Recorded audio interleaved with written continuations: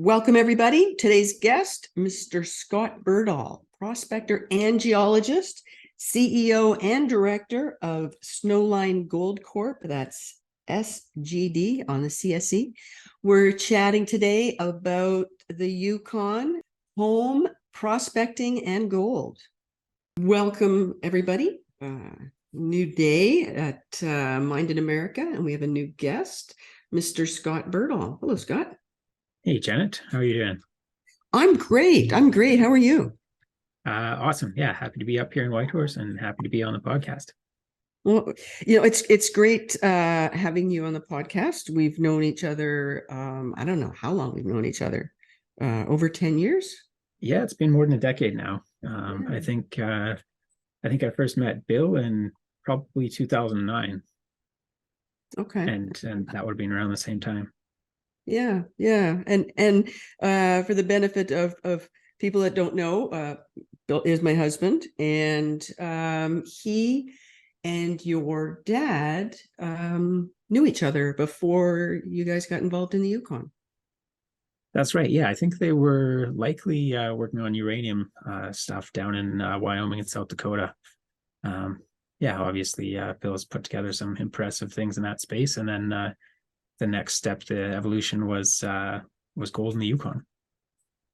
Yes, I brought Bill up when I was dating him, thinking that I'd already been working outside of the territory and I was gone. And I met this guy that absolutely loved the place and insisted on staying. So after dealing with the letdown, it was a great time. It was a really great time. Awesome. Well, we're certainly happy that you dragged him north. So here's a funny story. The first time Bill came up to visit me in the Yukon, we went to Skagway for the weekend, which is what everybody does. They go to Alaska for the weekend, right? Yeah. And we stopped to take some pictures along the lake. And Bill had told me, he said, I only know one person that's ever lived up here, and a guy named Ron Berdahl. And I don't even know how I could find him. And anyway, we stopped to take some pictures along the road to Carcross, and there was a sign that said property of Ron Berdahl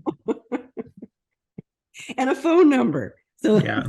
So they found each other again. Oh, that's awesome. I didn't realize that. Yeah, it was pretty funny. So you run a public company now? Snowline Gold, that's right. And you are having great success right now up in the Selwyn Basin.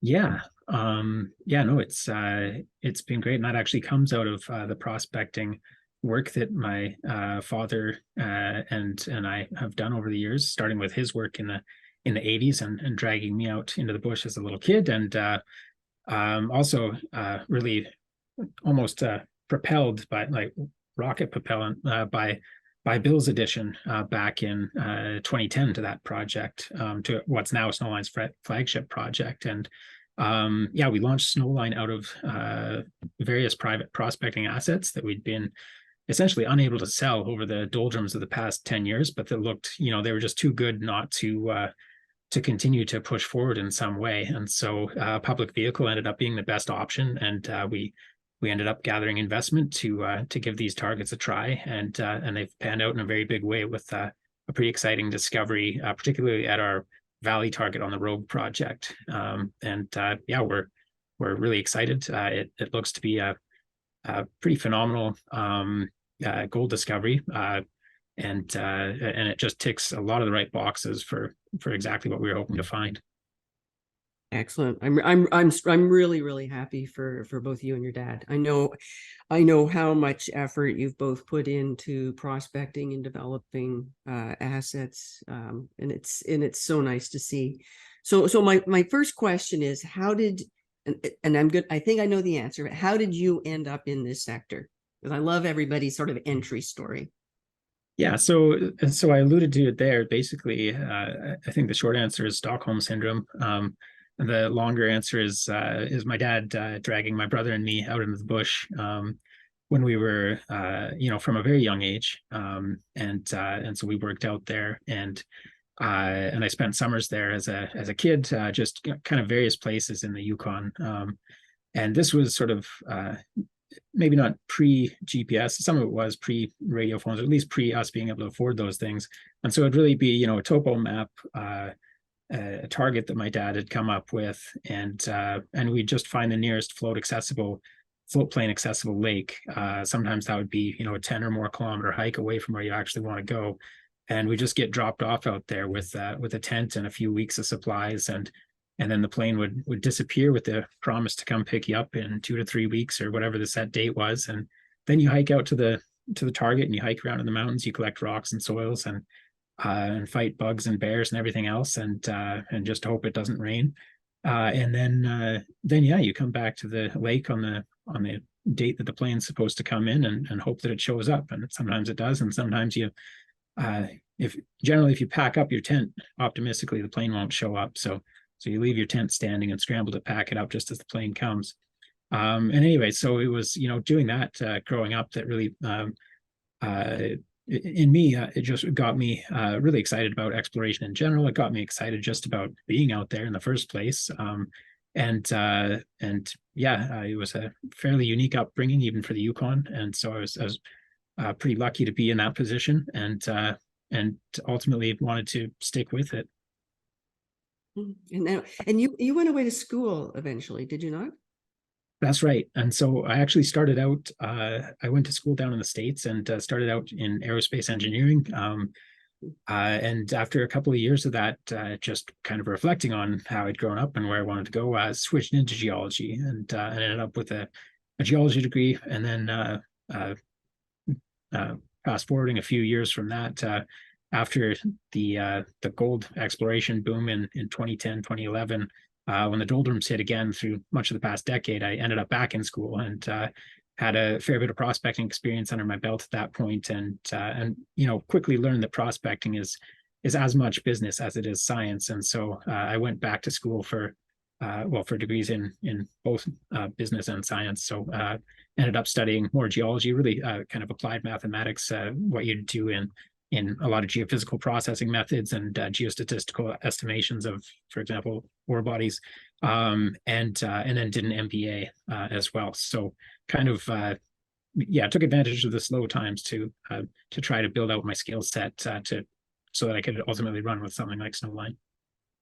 And I seem to recall that you were working in the Middle East for a while. Actually going to school there. That's what it was. Okay, sorry. Yeah, so that master's that I referenced, that was in Saudi Arabia, at a new university, or at the time a new university called the King Abdullah University of Science and Technology. They were looking to build basically the MIT of the Middle East, and they had headhunted fantastic faculty from all around the world, and the resources available to students were incredible, and it was really just neat to be able to go into a closed country and explore. And so, you know, I wanted in a master's to get more out of it than just the academic parts, and the academic parts were top notch with the again, the faculty that they'd recruited, but and so that was great. But the opportunity to live in Saudi Arabia for 2 years was also really incredible. We were right on the Red Sea, spent a lot of time with some students from the marine research facility out diving and snorkeling and helping on projects in the Red Sea, as well as you know, exploring in Google Earth, looking up to ancient King Solomon's mines and that sort of thing, and other really interesting places that, you know, in any other country would be famous national parks. And since they're tucked away in Saudi Arabia, you can't even find an English language Wikipedia or internet article on them in general. And so you just find something like that, and you maybe drive out 9 hours on a Friday night and Saturday morning, and spend the weekend just exploring some canyon with 2,000-year-old tombs or something like that. It was really just an incredible time. So yeah, it was definitely a bit of an unorthodox approach, I guess, but got the education I was looking for, and got a lot more than that as well. So you're very well traveled. You're very well educated. You have a wanderlust. Why? And I get asked this question too, because I spent 25 years or plus living in the Yukon. Why the Yukon? Why did you go back there? Oh, the Yukon is a fantastic place. And there's the geological potential, obviously. But just I guess this place itself, it's home, for lack of a better word, maybe that is the best word. It's pretty unique. In terms of what I've seen all over the world. There's a lot of space. And growing up too, we in the prospector sort of fashion, I guess, we grew up in a fairly like a single room cabin, with no power, no running water, and that sort of thing, and it's out in the woods. And as a kid, if that's what you're born into, it's just like, this is great. And so I have a kind of heavily romantic version of it. I'm sure it was a little bit different from my dad's point of view, trying to raise two kids in that context. And yeah, I look back on that pretty fondly, and it's pretty hard to replicate that anywhere else in the world these days. But I'm definitely happy to be back in the Yukon. I love the territory itself, the wilderness here, and it's just home. Yeah, I get it. When I moved up there, I lived in Faro initially for many years. Mm-hmm. And first trip to Dawson was about, I don't know, like 10 months after I had moved there. And I didn't expect it, but something happened when I crossed the Stewart River at Stewart Crossing. And for the first time, I felt I was home. And I had never felt that before. So I completely understand what you mean. Mm-hmm. And it does have incredible mineral resources. And I think the Yukon's very fortunate to get people like you back. I know it's a huge issue, is a lot of young people move away, and to be able to come back, you can get so much more experience up there than you can in other places. That's the way I always viewed it.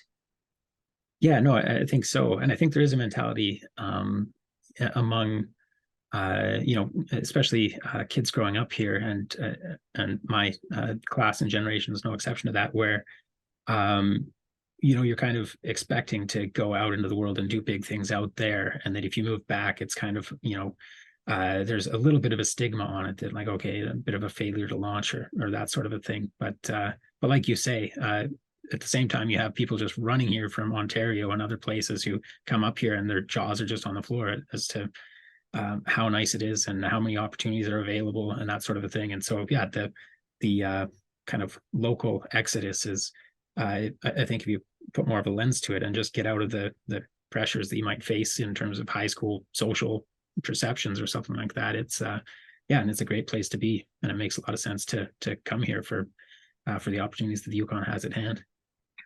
I was always, people were amazed when I was younger. I'm 60 now, so I'm a bit older, but when I was younger, and they would ask me, what I had done, and I would tell them all the things that I had done in my career, and they couldn't believe that I could do so much at a young age. Well, you get so much opportunity in a district like that. And look what you're doing with the public company right now. It's phenomenal. So, a question: are you a prospector or a geologist? I don't think they're mutually exclusive. In fact, they're not. So I'd put myself in the middle of the Venn diagram, I guess. Although I do get, I guess my back gets up a little bit subconsciously when someone just calls me a geologist. So maybe on the side of the Venn diagram, still in the middle, but I'd place myself closer to the center of the prospector circle than the geologist circle. And I think it really just comes down to your motivation and your drive for what's kind of igniting your passion to be there. And if it's, geologists are, and again, there's a huge amount of overlap, but geologists are probably more driven by the science, and it's a very interesting field to be in. Whereas prospectors are also entrepreneurs and driven by the opportunities and the potential that you see there. And so there's no reason that you can't be both. And I definitely get excited by both sides of the coin, but at the end of the day, I don't think that I could sit there working for for a company just as a geologist for an entire career. So that's actually, I lasted about a summer after I got my geology degree, not even the full summer, and was back into prospecting. So definitely more on the prospector side. Oh, prospectors are interesting people. And I'm married to one, so I can talk about it.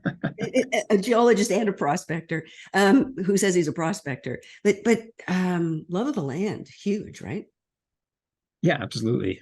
And you know, that's something, not to try to steer the conversation to Snowline or anything, but that's something that I think is important in the DNA that we're trying to infuse into Snowline is, you know, it's, yes, we're driven by the opportunities here, but I think this extends beyond myself really into a lot of the key members of our team, is just that we do love being out there, and we do want to build a company around that sort of philosophy that, you know, the love of the land is a big thing and a critical factor. You know, we're exploring out where we explore in part because we like being out there, and you know, we don't want to explore irresponsibly and to develop irresponsibly out there. So so that really underpins a lot of the approach that we take as we explore and as we move things forward out there. You know, I think that's a really important discussion point, because you know, living in the US now, a lot of environmental NGOs, a lot of them are based in the cities. And I don't think there's a real appreciation either with the groups or sometimes with the public that when you are in this industry as a prospector, geologist, whatever, you love the land. So you, of course, are going to take care of it. You have so much more connection to the land than groups that are not there. It's your bread and butter, right? Yeah, exactly. And you know, really is the connection to the land that answers your earlier question as to why I'm here and why I'm doing what I'm doing. You know, I think that answers multiple of your earlier questions on how my trajectory took shape. You know, I love being out there. I love exploring. It's because I love the land. Yeah. So tell me about Snowline and how far you've come along and where you're going. Because I know you've had the company for a few years and you've made some great discoveries. Maybe just a little background on where you've been and then where you're going. That sounds good. So yeah, just a little bit more on kind of the prehistory of the company. We launched in March of 2021. So we're just over 2 years old now.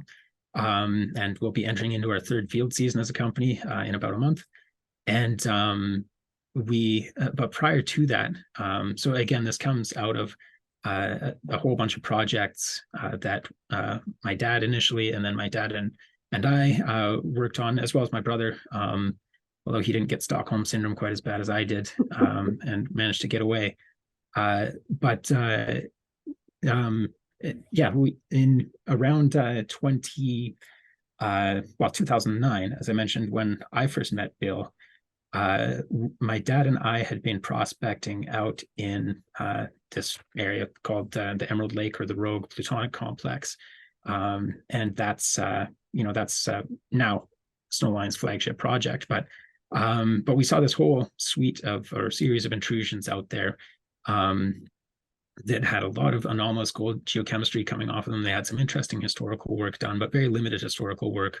And I'd just taken a short course that Craig Hart was one of the teachers in. Craig Hart, of course, is, well, now Snowline's chair, but also he was or he is a fairly well-known, world-renowned researcher on certain types of gold deposits, including reduced intrusion-related gold systems. He basically wrote the book, or one of the co-writers of the many papers on these kinds of systems. And so, you know, he had talked about these in this roundup short course, and I just remember looking at the slides that he put up for this Mike Lake kind of Ida Oro area, Brewery Creek area, and looking at the place that we were exploring in. And I think I just put that slide up next to the mag data with the geochem from where we were, and my dad took that slide and showed it to Bill, and you know, Bill, I think, jumped out of his chair. I don't know what he did exactly, but you know, next thing we knew, we had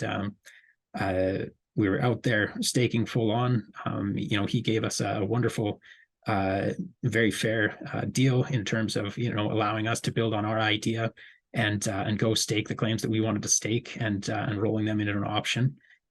with Golden Predator, and so that was fantastic. And really, I think there are so many people to credit in this discovery. I was kind of thinking, like, who made this discovery, and really nobody did, and all kinds of people did, and Bill is one of those people. And because he took the swing on seeing that side by side, seeing the data, seeing what was staring us in the face. And he put the resources in to give it that first initial shove. And so we got a big land position from that.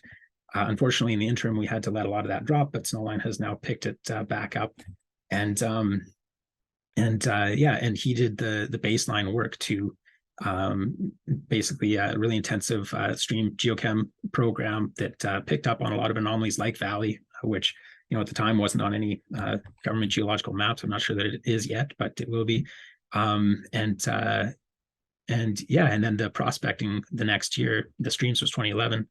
Prospecting in 2012 led to the discovery by Shane Carlos, Yukon prospector working for Golden Predator, of the actual outcropping mineralization of the Valley intrusion, following up on that silts work. And then unfortunately it was 2012, and so the markets kind of just fell apart. And I know that Bill and Golden Predator liked the projects, but they had to eventually give a lot of things back, and Golden Predator focused on a lot more advanced assets.